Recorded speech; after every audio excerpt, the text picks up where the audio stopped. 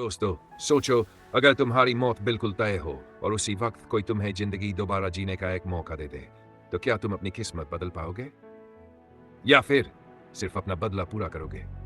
आज की कहानी एक ऐसे इंसान की है जिसे मौत के मुंह से दूसरा मौका मिला। तो हेलो गाइस, कैसे हैं आप सब लोग?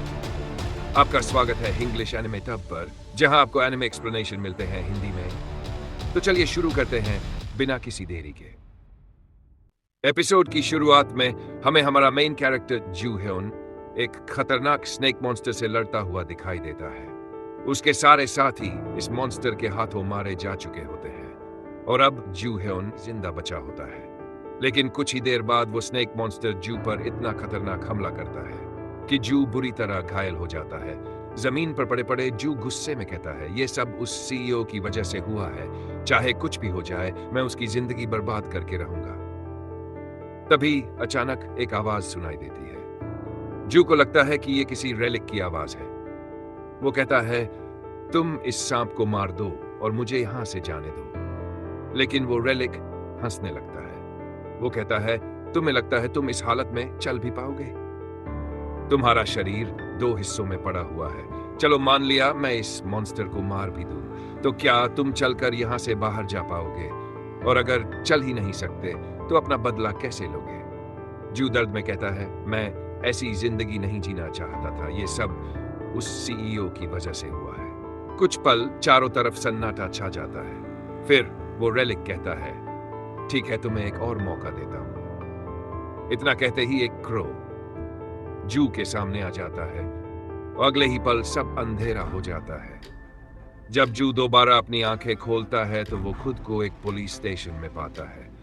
सबसे पहले वो अपनी बॉडी को देखता है और हैरान रह जाता है क्योंकि उसकी बॉडी पूरी तरह ठीक हो चुकी होती है। तभी उसे याद आता है कि पहले भी इसी लड़की की वजह से उसे पुलिस स्टेशन आना पड़ा था। लेकिन जैसे ही वो घड़ी की तरफ देखता है, उसके होश उड़ जाते हैं क्योंकि वो पूरे 15 साल पीछे आ चुका होता है। फिर पुलिस उसे जेल में डाल देती है।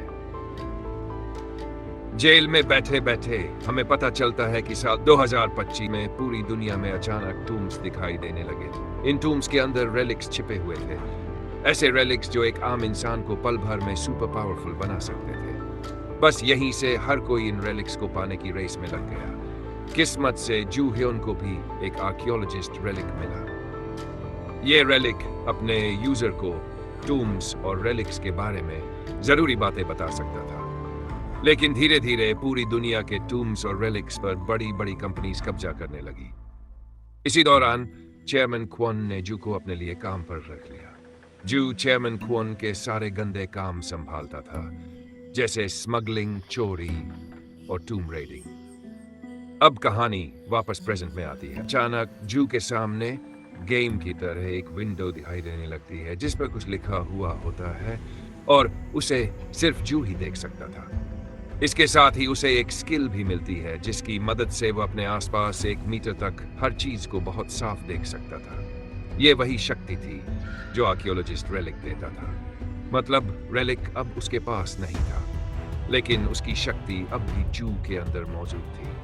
इसी बीच जॉन वू, जो एक डिटेक्टिव था और जू को अपने छोटे भाई की तरह मानता था, जू को जेल से छुड़ाकर बाहर ले आता है। बाहर आने के बाद जू को पता चलता है कि अभी तक पूरी दुनिया को रेलिक्स के बारे में कुछ भी पता नहीं चला है। यह सुनकर जू समझ जाता है कि उसके पास सब कुछ बदलने का मौका है। जू सोच रहा होता है कि सबसे पहला रेलिक अमेरिका और यूरोप में दिखाई दिया था, लेकिन उसके पास वहां जाने के लिए पैसे नहीं थे। तभी कुछ लोग उसका रास्ता रोक लेते हैं। ये वही लोग थे जिनके बीच जू उस समय फंस गया था जब उसे पैसों की जरूरत थी। लेकिन इस बार हालात पहले जैसे नहीं थे। जू एक एक करके सबकी पिटाई करना शुरू कर देता है। कोई भी उसका सामना नहीं कर पाता। तभी यंग तैपा गुस्से में एक चाकू निकालता है और सीधे जू पर हमला कर देता है। लेकिन जैसे ही जू चाकू को देखता है, वह तुरंत समझ जाता है कि यह कोई आम चाकू नहीं है, बल्कि ये एक रेलिक है जो लोगों के बीच छिपा हुआ था। जू हल्का सा मुस्कुराता है और कहता है, अब ये रेलिक मेरा होगा। अगर आपको वीडियो पसंद आई हो तो लाइक जरूर करना, और अगर आप एनिमे की ऐसी ही मजेदार एक्सप्लेनेशन देखना चाहते हैं तो इंग्लिश एनिमे टब को सब्सक्राइब करके बेल आइकन भी दबा देना ताकि आने वाली कोई भी वीडियो आपसे मिस ना हो।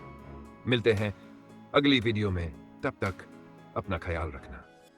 Bye guys.